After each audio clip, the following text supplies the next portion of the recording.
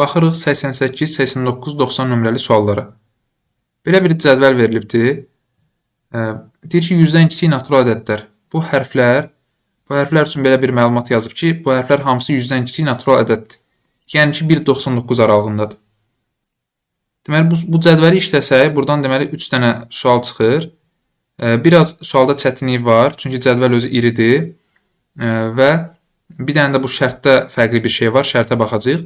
Bir də mən izah edəcəyim üçün təbii ki, biraz daha detallı izah etməyə çalışacağım. Ona görə biraz vaxt aparır. Yazarkən nisbətən daha sürətli yazmaq olar. Yəni, işləyərkən imtahanda biraz daha sürətli işləmək olar. Bu şərtə baxaq əvvəlcə. Deyir ki, eyni hərflərin eyni ədədlərə uyğun olduğunu bilərək cədvəldəki məlumatlar əsasında tapşırığı yerinə yetirin. Adətən bu şərtlər gözdən qaçır. Burada deyir ki, eyni hərflər eyni ədədlərə uyğundur. Onsuz da onu biz bilirik. Yəni, adətən həmişə elə olur da. Yəni, demək istəyir ki, A-ya 5 tapmısınızsa, buradakı A da 5'dir, buradakı A da 5'dir. Yəni, A-nın qiyməti 5-dirsə, deməli, hər yerdə 5'dir. Amma adətən bu cümlənin davamında deyirdi ki, eyni hərflər eyni ədədlərə uyğun, fərqli hərflər fərqli ədədlərə uyğundur. Və biz onda bilirdik ki, məsələn, A 5-dirsə, deməli, 2 5 ola bilməz və yaxud da ki, V 5 ola bilməz. Fərqli hərfləri deyir ki, fərqli rəqəmlər verin. Amma indi sadəcə olaraq bunu deyir ki, eyni hərflər eyni rəqəmlərdir, eyni ədədlərdir. Yəni ki, rəqəm də yox, ədəd. Yəni, 2 rəqəm də ola bilər. Eyni hərflər eyni ədədlərdir. Yəni ki, A-ya deyir, burada 5, burada 4 verməyin də, yəni eyni olsun. Amma demir ki, fərqli hərfləri fərqli rəqəm. Ola bilər ki, A 5 olsun, 2 da 5 olsun, bu mümkündür. Fərqli də ola bilər, amma eyni də ola bilər. Çünki orada şərtdə qadlığı qoymayıbdır. Bunu nəzərə alaraq başlayırıq işləməyə. Burada bir-bir bütün hərflərin nə olduğunu tapmalı deyilik. Hərflərlə bağlı ipucu verir. Məsələn, deyir ki, bu hərflər 7 qalıqsız bölünmür. Bu hərfləri 4-ə böləndə deyir ki, cüt ədəd alınır və yaxud da kəsr alınır. Yəni, ya bölünür və cüt olur, ya da bölünmür və kəsr olur. Sonra deyir, buradakılar 2 rəqəmlidir. İndi biz burada verilən məlumatlara yanaşı, biz onların əksini də tapmış oluruq da. Məsələn, deyir, bunlar 2 rəqəmlidir. Baxıram yuxarıda hansılar yoxdursa, tutaq ki, A yoxdur, L yoxdur, N yoxdur. Deyirəm, onda bunlarda bir rəqəmlidir, misal üçün. Deyir ki, bu ədədlərdən kub kök halında tam ədəd çıxmır. Onda mən də deyirəm ki, məsələn, A-dan deməli kub kök halında tam ədəd çıxır. Əksini düşünürəm də deməli. B-dan deməli kök halında tam ədəd çıxır. Sonra deyir, bunlar 7 qalıqsız bölünmür. Burada məsələn hansı yoxdur? Tutaq ki, F yoxdur. Deyirəm ki, F onda 7 qalıqsız bölünür. Bu şəkildə. Burada deyir, buradakı ədədlər 4-ə böləndə cüt olur, ya da kəsr olur. Onda deməli, burada vermədiyi bir ədəd götürək, məsələn, L. Deməli, L-nı 4-ə böləndə nə cüt olmayacaq, nə də kəsr olmayacaq. Onda nə olacaq?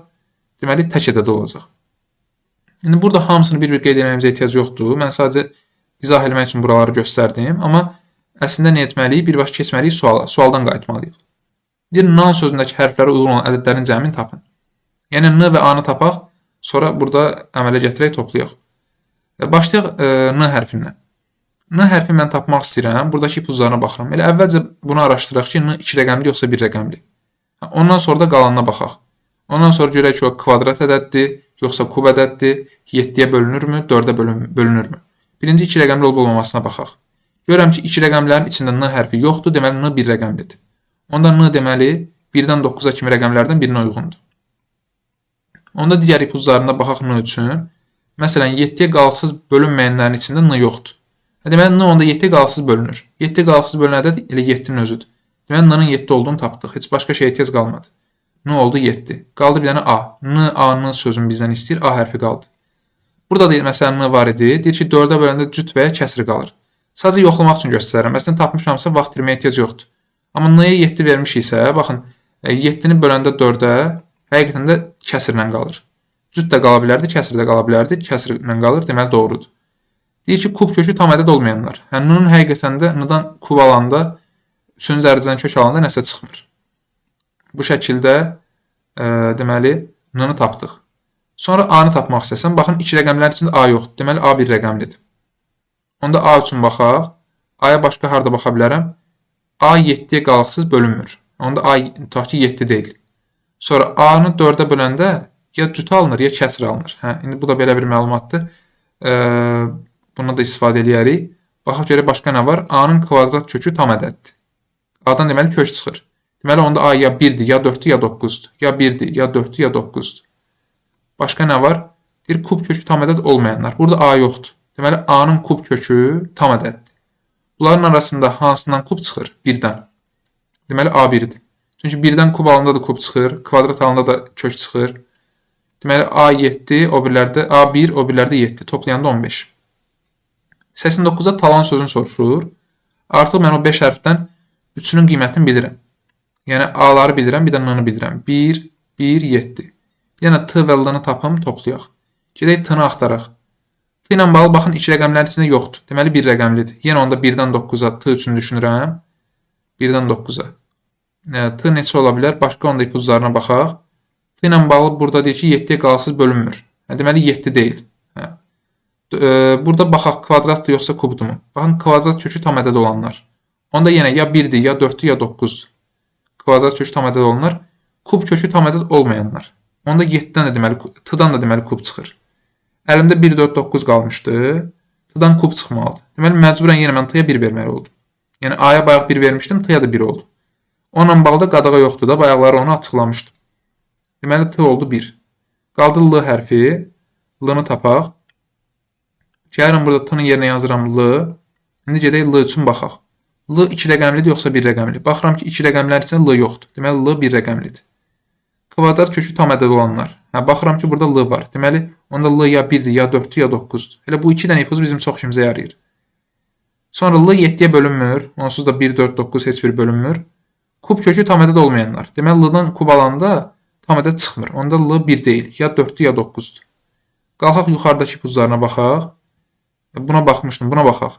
4-ə nisbətli cüt olanlar və ya kəsr olanlar. Burada L yoxdur. Deməli, L-nı 4-ə böləndə cüt olmur, kəsr də olmur. Deməli, tək olur. 4-ü deməli 4-ə böləndə 1 eləyir, tək oldu. Deməli, L 4-dür. Amma 9-u 4-ə böləndə kəsr eləyir. Deməli, L 9 deyil, 4-dür. L-nın da qiymətini tapdıq. Bunları toplayırıq.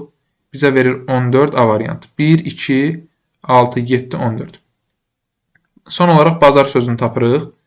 Bazar sözü üçün mən A-ları bilirəm ki, 1-dir. B-nı, Z-nı və R-nı tapmalıyam. Gedək B üçün baxaq. B 2 rəqəmlidir. B 7-yə qalıqsız bölünmür. B ilə bağlı başqa nə deyə bilərik? B burada yoxdur. Deməli, B-dan kök alanda tam ədəd çıxmır.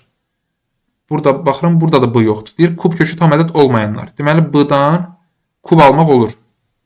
Onda B hansı ədəd ola bilər? Amma 2 rəqəmli. 2 rəqəmli kub ədədlər 27 var, bir də 64 var. Başqa yoxdur ki, 3-ün kubu 4-ün kubu. 5-in kubu da 125 edir, 3 rəqəmliyə keçir.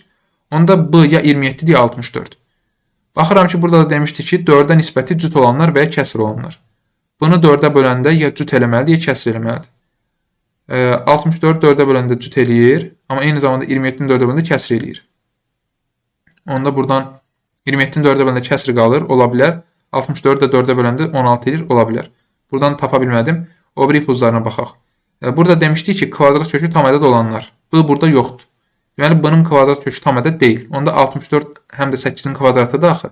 Deməli, 64 olmaz. 27-ni götürürük B üçün. B-nin qiyməti oldu 27. A-nı bilirik. Z-nı tapaq. Sonra da R-nı tapaq. Z 2 rəqəmlidir. Sonra kvadrat kökü tam ədəd olanlar burada yoxdur. Deməli, kök çıxmamalıdır Z-dan.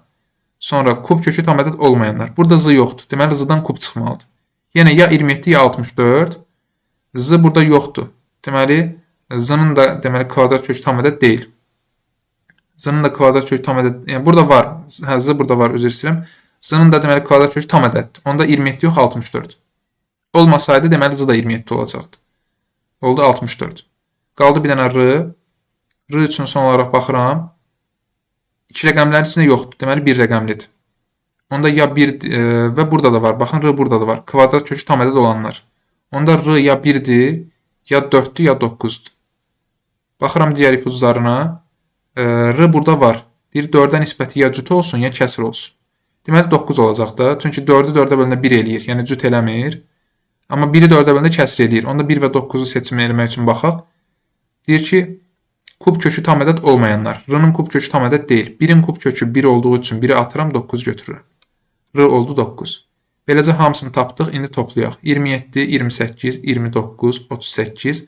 Üstündə də 64 gələndə olur 102 D variantı.